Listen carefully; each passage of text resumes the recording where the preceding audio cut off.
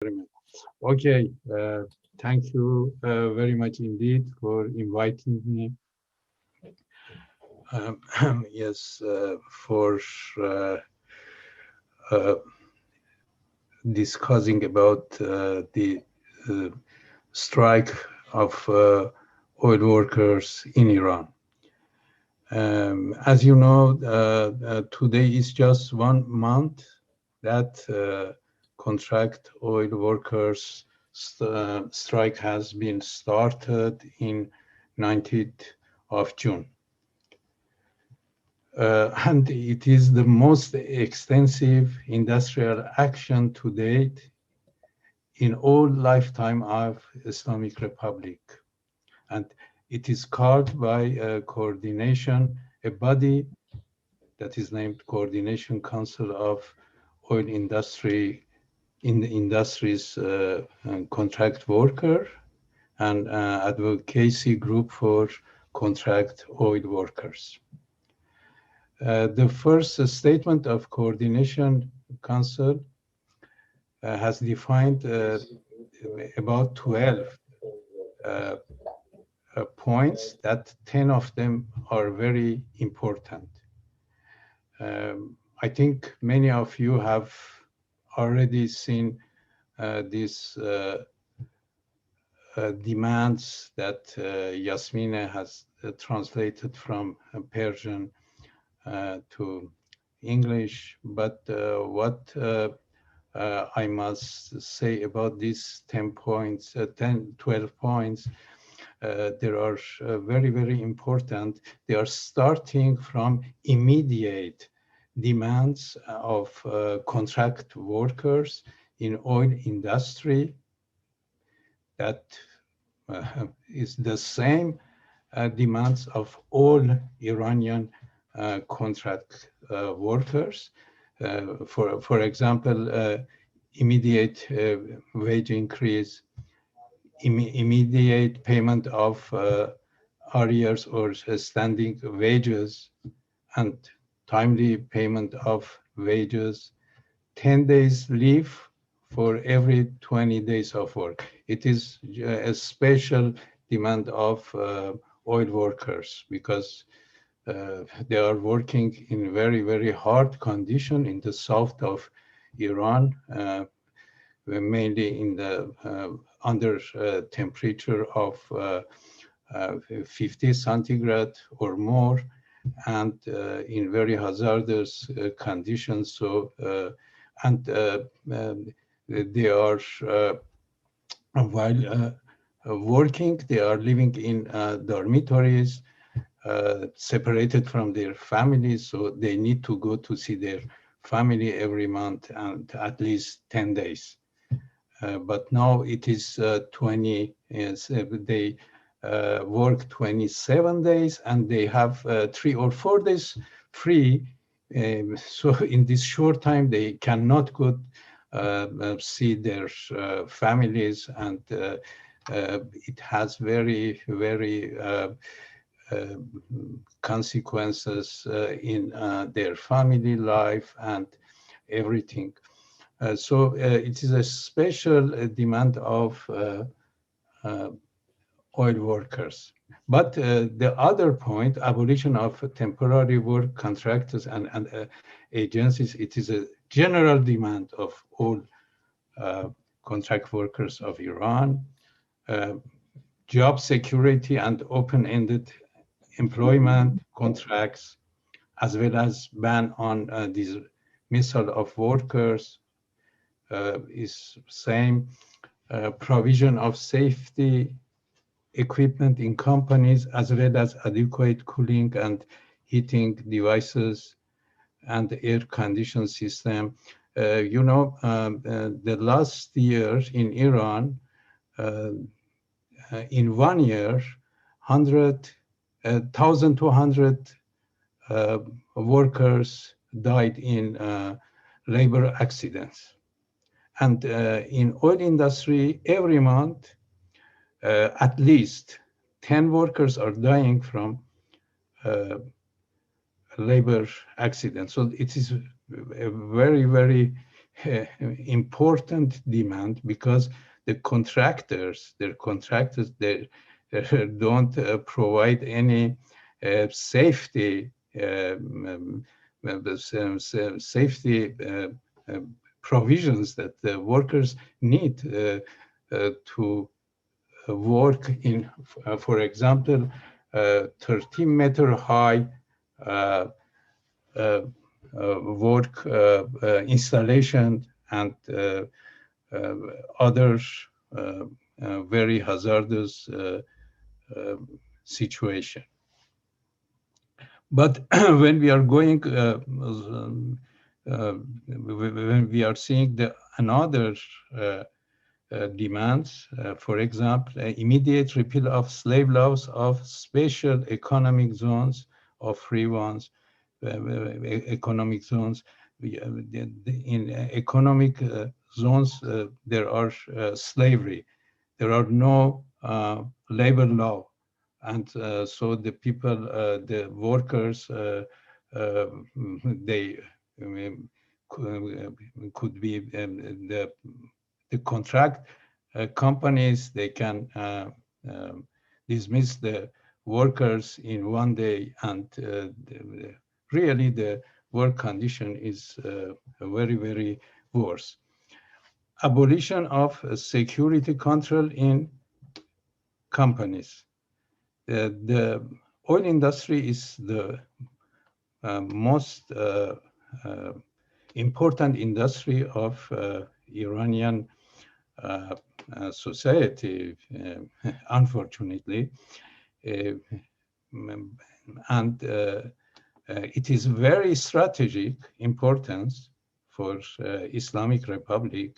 So there are in oil industry a very hard security presence of the repression forces.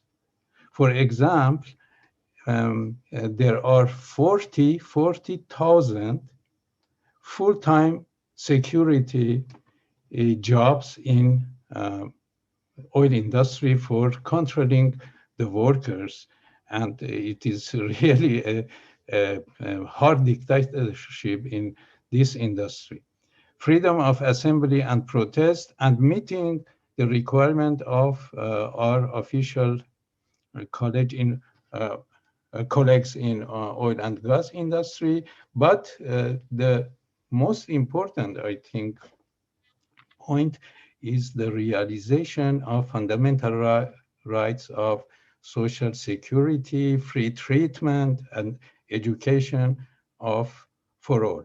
And it is a demand that is the demand of immense majority of Iranian workers and Iranian people. Over 90%, they are deprived from a social security, and they are they have really a very hard problems. For example, in the pandemic, now we are living in the fifth wave of pandemic in Delta, spreading of Delta pandemic in Iran, and pandemic is killing the people. And if someone wants to have handling in a hospital, must pay too much money or die outside hospital in home, and so it is a very urgent and very logic demand that yet meets the interest of all the majority of Iranians. So I must mention that there are also another campaign which are participating in this strike, other than Coordination Council, which I have wrote down here. That is the 1400 campaign. 1400 is the current Iranian calendar year. and they are also a participating force of strike, which have some influence in organizing the strike. And this strike surprised everyone, the government, uh, the activists, and the another uh, trade unions that are for many years they are struggling with Islamic Republic despite the fascist repression. And so how could be that so much workers that are spread in 110 factories, and in each factory or center or work center, maybe there are multiple contractors have managed under this repressive regime to coordinate such a huge industrial action. I have explained here how this has happened, because these workers, contract workers, they are working in temporary project for a limited time, for 1 week, 2 weeks, 3 weeks, 1 month, or some months. And after ending the project, they are out of work. So they have a network in social networks, works for finding a job and for promoting a job for one for themselves. So there was this natural network among the contract worker from one side, and from another side, uh, if you draw attention that the main center of oil industry in the south of Iran, and in the south of Iran, there are some nationalities, uh, maybe you can say some ethnic nationality with tribal connection and so relations. There is another aspect of very natural relation between these workers that are familiar, tribal relation that relates them to one another. And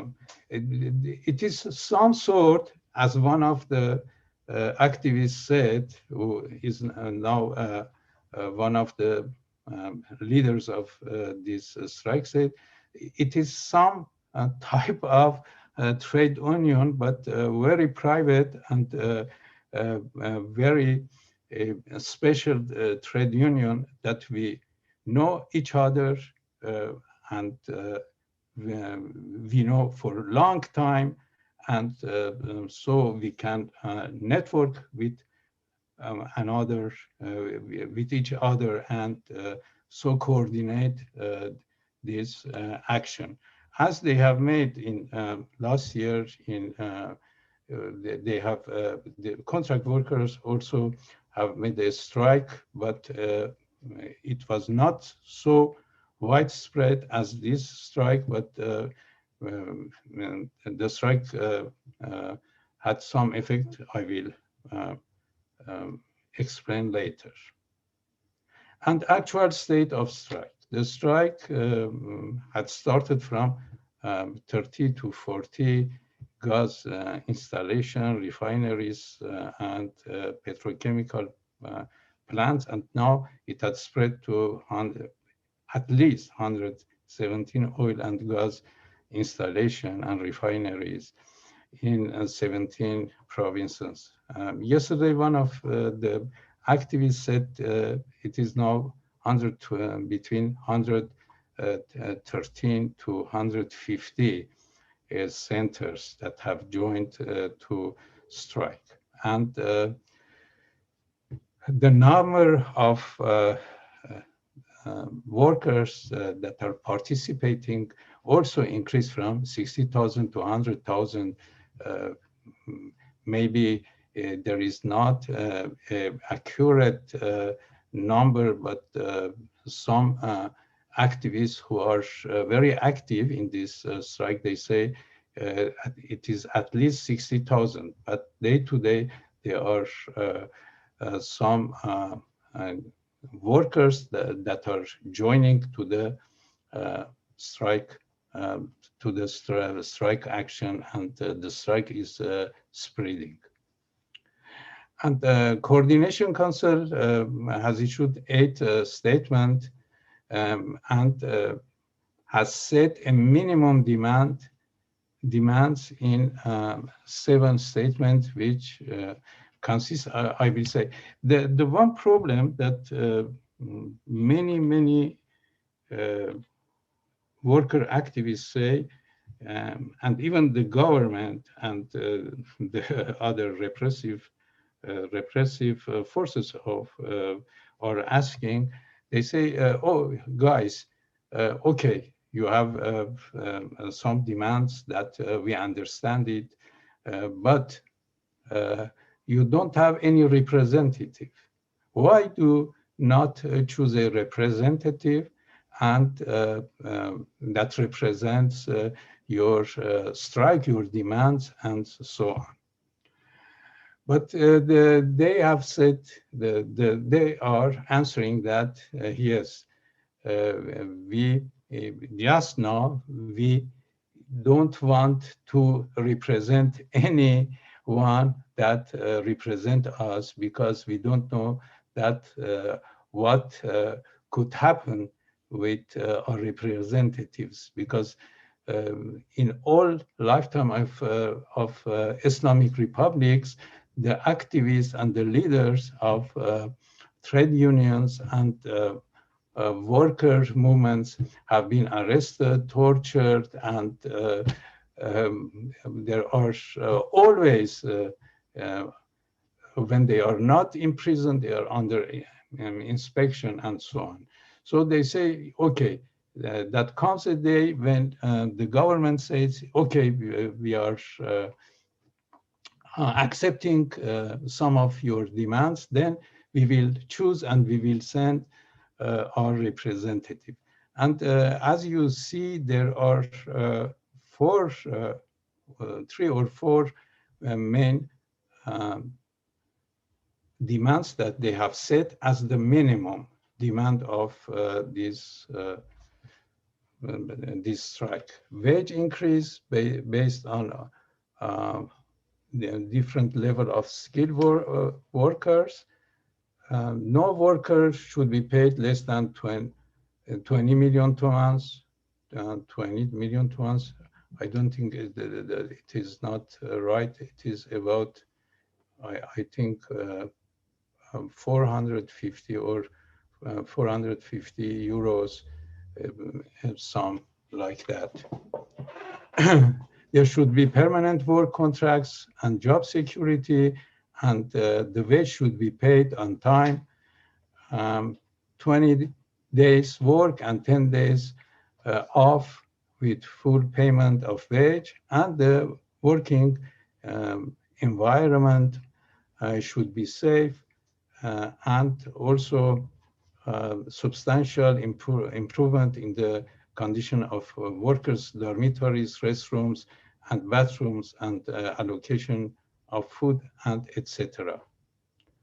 And also the third one is the main demand that ending of contract employment and abolition of special economic zone, that it is not a simple demand. It is it has very importance, because when it happens, when they can achieve it, they can change all the neoliberal direction of last 30 years of Islamic Republic. But I don't think that they can achieve it in this action, at least. But it is very important because they have raised this demand. It is the demand of uh, majority, immense majority of Iranian workers. And yes, the strike, the last information from the strike shows that the strike spread to new companies, and the contractors are trying to divide the workers. They are promising, yes, we met your demands, please come back to work, and we will increase your wage or double your wage even, or accept 8-day leave for 22 days work, and etc., etc. And it is a reality that some workers have returned today to work, but there are very, very few, and the strike continues. And there is a new phenomena in this strike action. The workers are gathering, and they are setting some meetings, and they are speaking about the goals of strike, the demands, and they are sending solidarity message to another strike center. But this action, because the strikers are showing themselves, and among them there are someone or some leaders, maybe leaders, that they are speaking and they are sending message and so, but they are very, very small groups, and they are very, very, I can say that coordinated, so as that there are not some meetings or some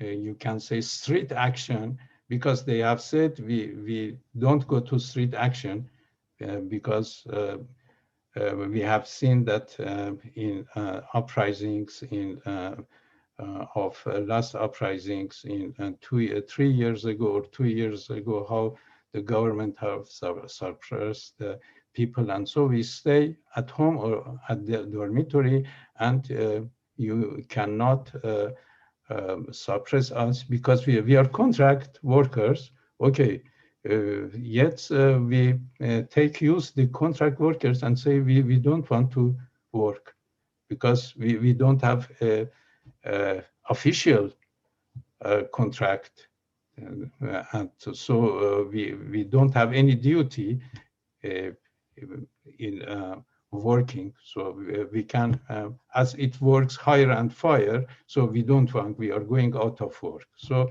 it is really very, very hard for government to find the logic to suppress them. And up to date, there have been some dismissals, one in Tehran refinery, one in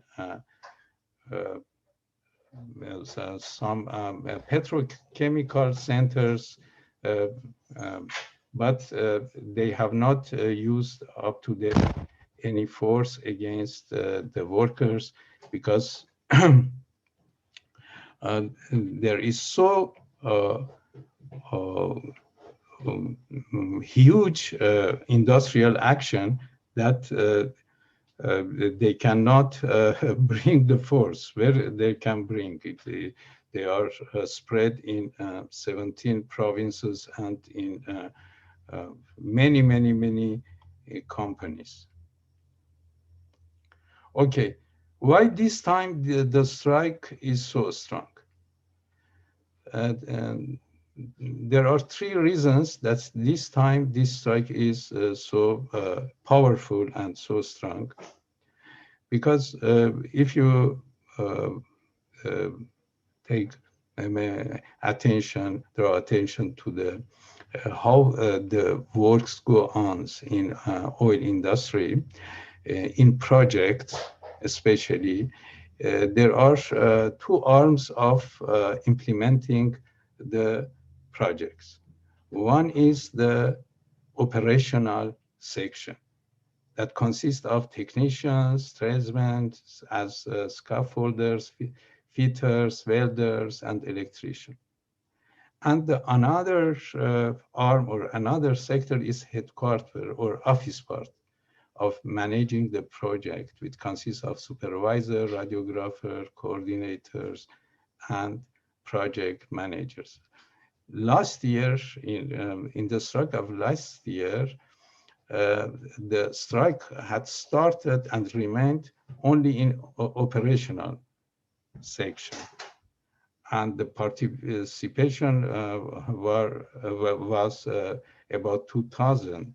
But this small action also uh, had some impact, so as some workers could raise their wage from 50 to 70%, and it was very important for them, for some workers. But they broke the strike because there was not support from another sections of workers. But this time, the strike started from operational part, but also the staff part joined completely.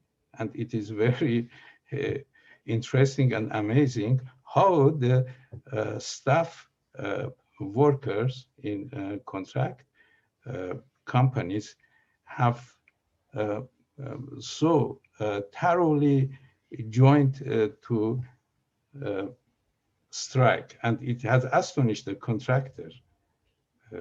They don't thought that this part of workers who are getting better pays and they have better work situation, and so can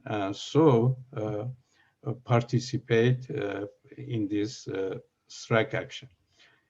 And the second is this professional workforce in both sections is not replaceable because it is very professional. For example, if one welder is being trained in a technical institution, he or he cannot go and simply work in the centers of oil installation and so on. These people must, workers must work as help forces by the professional fitters, scaffolders, welders for at least 1 year, at least 1 year, to have that experience to do their work independently. So it is that with this huge participation of both operational and also the staff workers to the strike, there is the companies, the many companies have stopped to operate because they cannot replace the work. And the third reason is that these workers are very young, from young generation, and they are rebellious and ready to challenge. It is a new worker generation that has come in stage and is very intelligent and at the same time very courageous and very rebellious. So they are striking and they are very resolute in continuing the strike. I think these three reasons has made this strike so strong and so important. And the social economic background of the strike is the neoliberal deconstruction of Iranian workforce that has led to catastrophic dimensions, transforming the working class of Iran from proletariat to precariat. After revolution, only 8% of workforce of Iran were contract workers without official employment under labor law. But after Iran-Iraq war, neoliberal deconstruction or neoliberal uh, policies started and expanded aggressively under all governments without exceptions, up to Rouhani government. And now the contract workers cover 95% of workforce. It is very astonishing, so high that there is 5%. So an official work is now in Iran is a dream work for workers and so. Before the neoliberal disconstruction, oil industry workers enjoyed very secure and stable job situation with good salaries and other complementary benefits. I knew at that time my families who were working in oil industry, they have had very good payments and very good benefits, work benefits.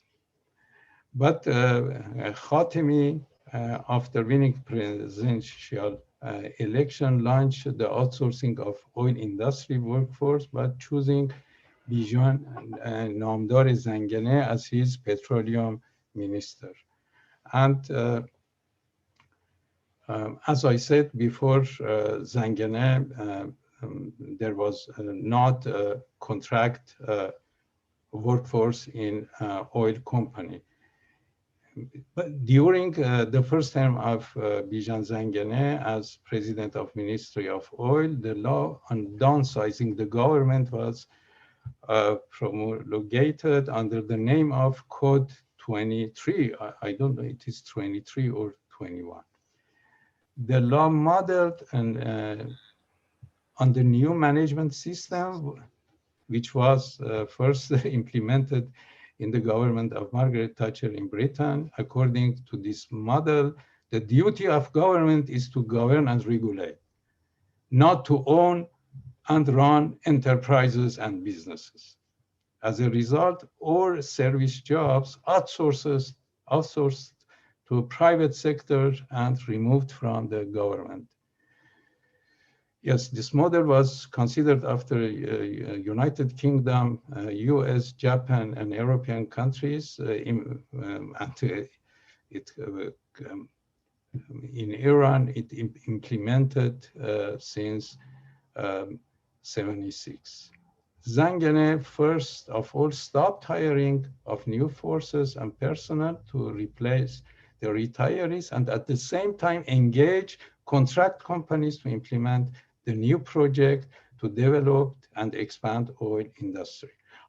And it is what is very important after Khatami and in the under Mahmoud Ahmadinejad,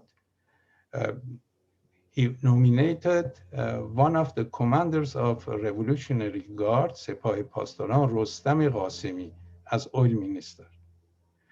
Rostam Qasemi opened the oil industry to Revolutionary Guard economic management and turned Revolutionary Guard to the main contractor of oil industry with 300 companies affiliated to revolutionary guards and mm, implementing almost every important project in oil industry.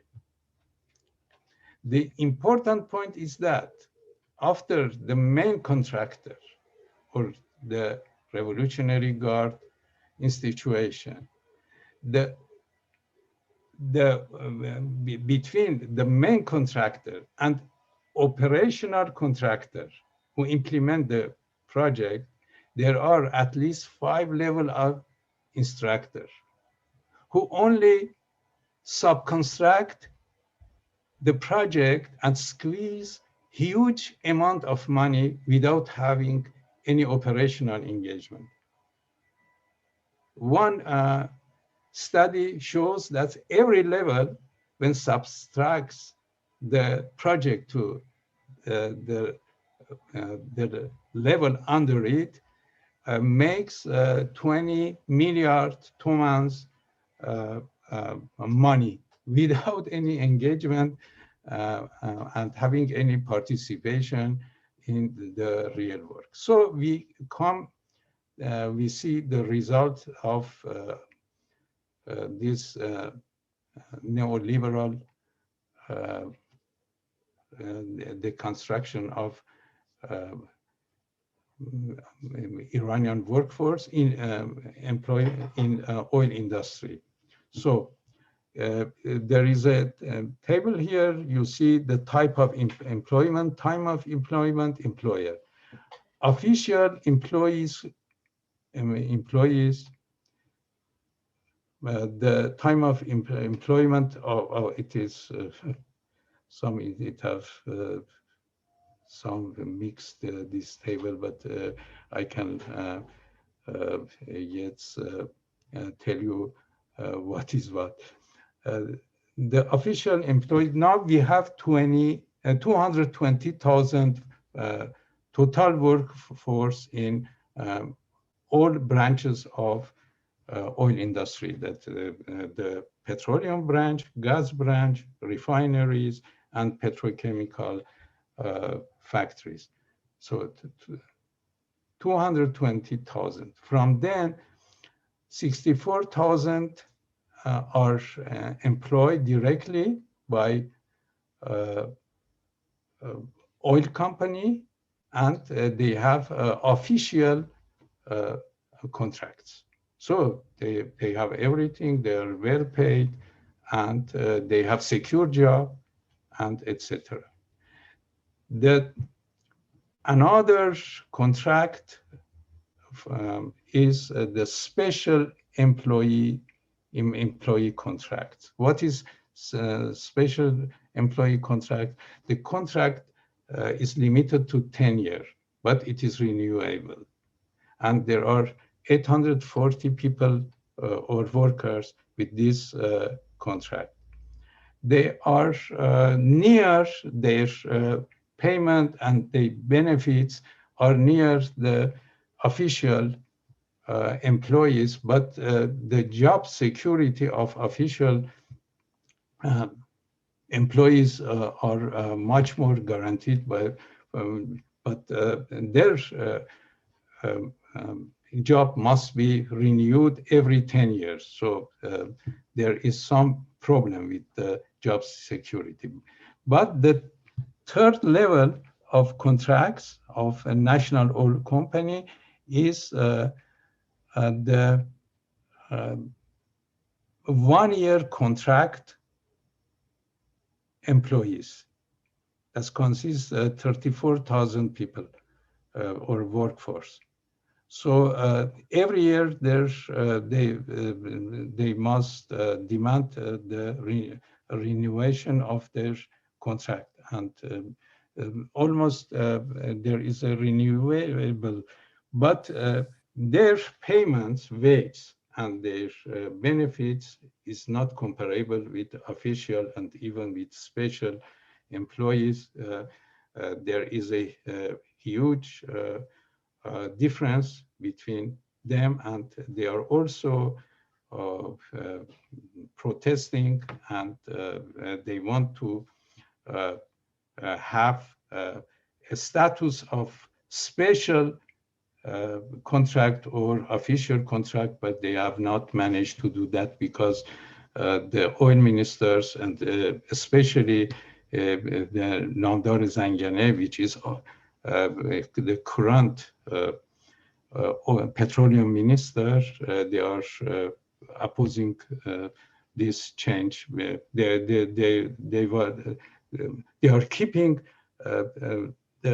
about half of the employees in contract. Although it is direct contract with company, but it is contract. And after that, we see the project workers, the real contract workers, 124,000.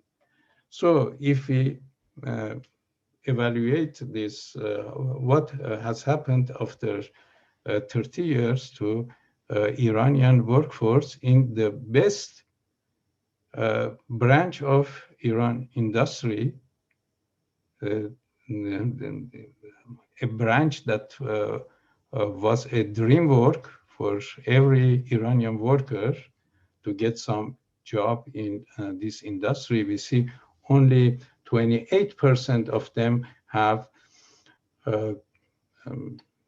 official contracts, but the majority of them, they don't have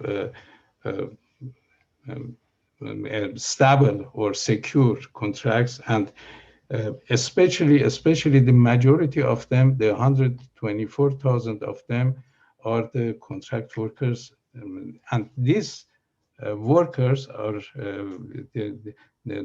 this strike is being led by these workers, and these workers are participating in this strike. Also, there was some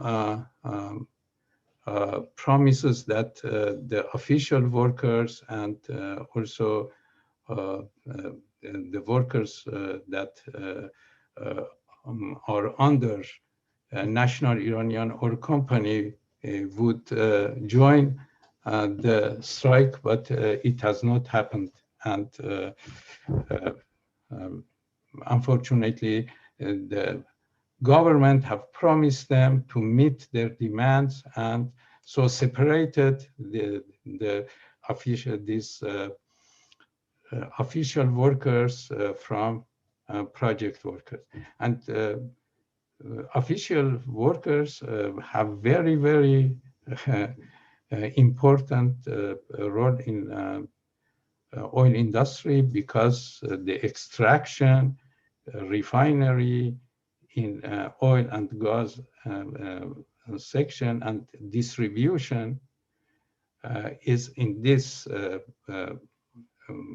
sphere of work of these workers. If they go to strike, the oil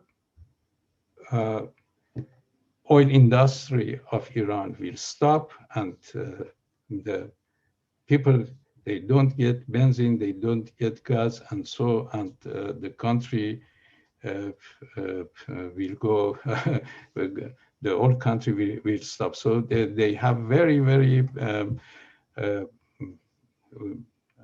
power in stopping the oil industry of Iran, but they are getting some benefits, and the government have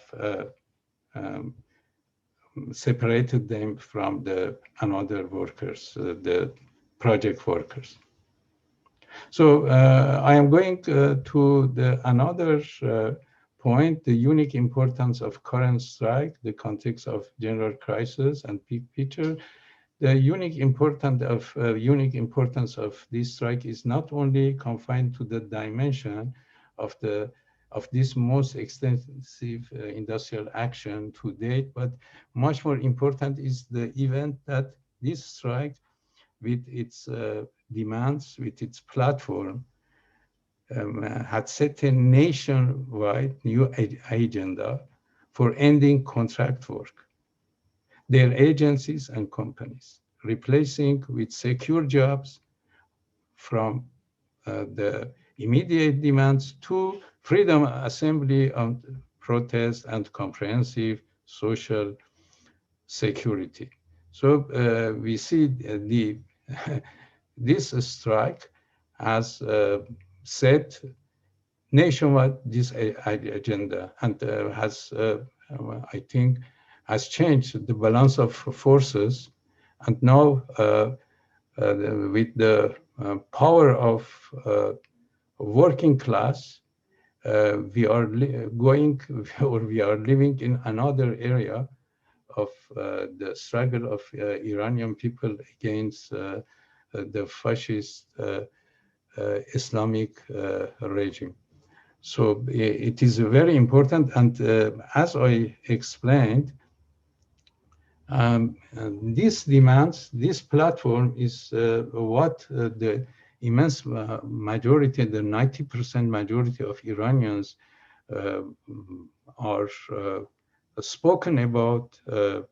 Um, we have issued many, for example, analyses about the necessity, for example, uh, uh, social security, in treatment and in education and etc. But there were some recommendation, some good ideas, some so as. But now it is the working class has raised the banner of these demands, and with the power of this strike. And it is really amazing and very interesting. So, if we look in what context this huge this strike has happened, we must uh,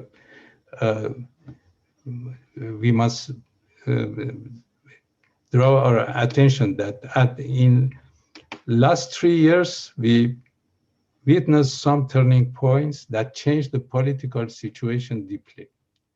Only to name some of them. Day protest, nationwide protests shook Iran from December 28, 270 through January 3, 218. Day protest. It is the Iranian month, the day month. It encompassed an unprecedented geographical range, including over 100 cities and provincial towns across the country. And the slogan chanted were against supreme leader and overthrowing of Islamic Republic. After day protest, we have Aban protest. The protest of November to December 219, or Aban protest, the Iranian month, triggered by an overnight hike in gas prices and widespread economic hardship. This time protests spread to big cities also, because the day protest was in small cities and provincial towns and so. But the urban protest was spread in all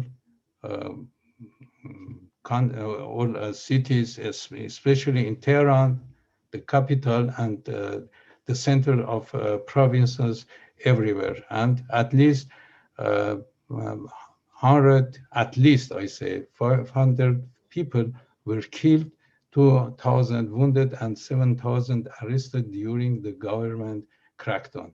It was really a very hard crackdown. Aban protest was a turning point after the protest that led to revolutionary situation and an overall crisis of Islamic Republic. And the last things that happens that shows the characteristic of the situation is boycotting Islamic parliament elections and also presidential elections. A multiple and acute crisis is plaguing the Islamic Republic. It is legitimacy, ideological, socio-economic disintegration, political, ecological crisis, complete failure in handling corona pandemic, etc.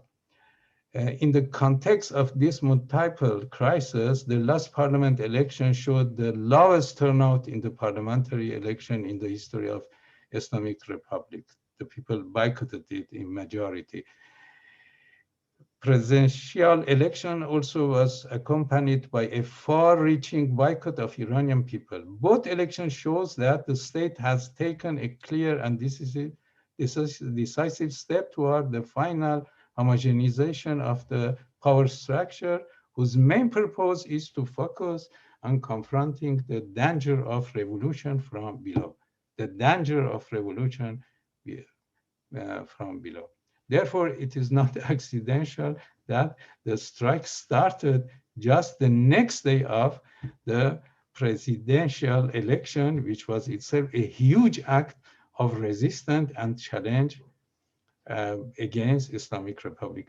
I am ending here this discussion about strike, but I don't know if you know, since 3 days, they have started a huge rebellion in the Khuzestan province. I show you here the Khuzestan province is in the south of Iran. The Khuzestan province is after the Tehran, the capital, is the most important province of Iran. You see in this next table, Iranian contribution to national GDP by province. Tehran share is about 25%, and Khuzestan share above 50%. The Khuzestan is the center of oil, petroleum, of gas, and petrochemical industries. It is a hub of industrial and agricultural activities in all over Iran, in Iran. But what has happened? The Islamic Republic's reactionary policies in providing, in deviating the rivers of Iran, in making too much dams over the rivers, and directing the rivers from this Char Mahal Bakhtiyari, if you see here, and another Kokiluye. So that the Khuzestan is a province that has the most rivers of Iran, and it was for 20 years the most agricultural center, the green center of Iran, and there was some specialists that they said the instead of black gold, that means the petroleum, the Khuzestan can transform itself to green gold, because it had too many rivers and water sources and so. But the Pastoran and the regime collaborators, mafias, they have they transformed the water sources from the two small provinces that are between the Khuzestan and the center provinces of Iran to the projects, to the big agricultural projects that belongs to the Pastoran. And they are huge agricultural and industrial, for example, copper and steel industries. So they are consuming much too much water. So they deprived the Khuzestan from its water source. And for some year, for 2 or 3 or 5 years, that started a catastrophical uh, climate change in Khuzestan. Yet the Khuzestan people, they don't have water. The water, even the drink water, they must import from other provinces, and also their agriculture and their other agricultural activities is they have deprived from any source of water and so. So from since 3 days, they have started to protest in May. Actually, every city of Khuzestan province, the Ahvaz, the center of Tracis, Susangerd, and Ashush, and other cities. It is a very big rebellion in the country, unprecedented in Khuzestan. The main people that are participating in this huge rebellion are the Arabs of Khuzestan. So there are mostly the Arabs, and the Arabs are the most poverty-stricken people and discriminated people that live in Khuzestan. They have lost their fields, they have lost their businesses, small businesses, because this crisis of water crisis and so. So this ecological catastrophe is the main reason of this rebellion in the Khuzestan that had so importance for the Islamic Republic, because Khuzestan is the province of petroleum and gas and the richness of the main richness of Iran. But the people, the majority of people of this province are the most deprived people of Iran. And this contradiction is the force that had brought the people in streets, and 3 days they are in street, they're demonstrating in the street, and the repressive forces, up to date, they have not dared to repress these people, because you know, they are the Arab tribes. They have also arms, and so maybe if they want in this stage to repress them, they will be this protest that is peaceful protest will turn to very violent protest and so. And summing up and ending, I must say that they are in this south of Iran, that is the center of this huge strike.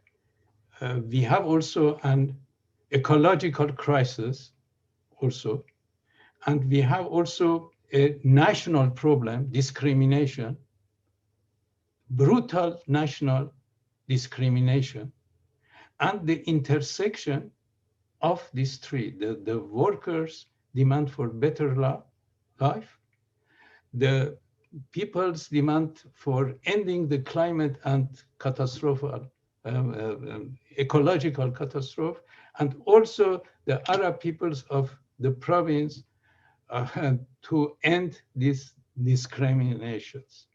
And the working class movement have joined all these elements together, because mostly the most people of the strike are from south of Iran, and they are from these provinces. They are friends, they are brothers and sisters, which many years they have lived together, and so. And from the below, they have very good relation with each other.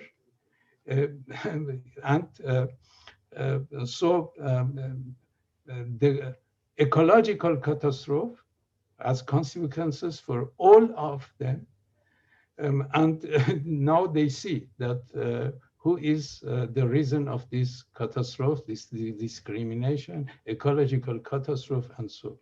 As I have explained, the main contractor of the contract workers of oil industry is Revolutionary Guards, the Sepai Pastaran. And it is armed, the armed instrument of repression and of governance of the supreme leader Khamenei. And they are the ones that they have transferred the water sources to their project in central provinces and deprive the people from their right to have water, to have drink water. They do, and such a province with such a huge water resources now is deprived. So for ending my